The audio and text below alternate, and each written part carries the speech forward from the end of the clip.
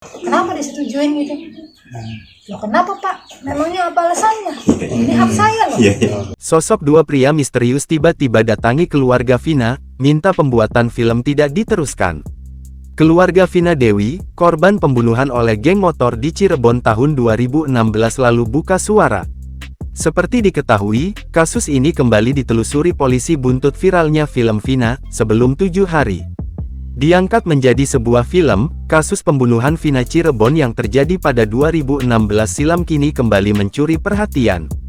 Vina merupakan gadis 16 tahun yang dihabisi dan diruda paksa oleh geng motor berisi 11 orang bersama kekasihnya pada tahun 2016 lalu. Namun, baru 8 orang yang ditangkap, sementara 3 pelaku lainnya kini tengah diburu. Marliana, 33 kakak almarhumah Vina, mengatakan, ada 2 orang mendatangi rumahnya diduga meminta untuk tidak melanjutkan proses pembuatan film korban. Namun, Marliana dengan tegas menjawab, keluarga memiliki hak untuk memutuskan tetap membuat kisah Vina menjadi film. Bilangnya kenapa dipersetujukan dibikin film? Ini kan udah, maksudnya kasusnya udah tutup nih. Kenapa dibikin film yang ada nanti bikin ramai lagi gitu. Saya bilang, ini kan hak saya keluarganya. Yang punya hak kan saya. Kenapa kok dilarang? Terserah saya dong, mau setuju atau enggak, saya bilang. Kejadian yang dikhawatirkan kedua pria itu terbukti.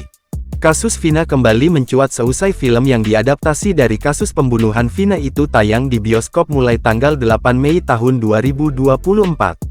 Masyarakat beramai-ramai mendorong agar polisi menangkap 3 pembunuh Vina yang saat ini buron. Marliana berharap yang disampaikan polisi akan menangkap 3 pelaku, tak hanya pernyataan karena kasus adiknya sedang ramai diperbincangkan. Keluarga semua bahagia dengan beritanya udah.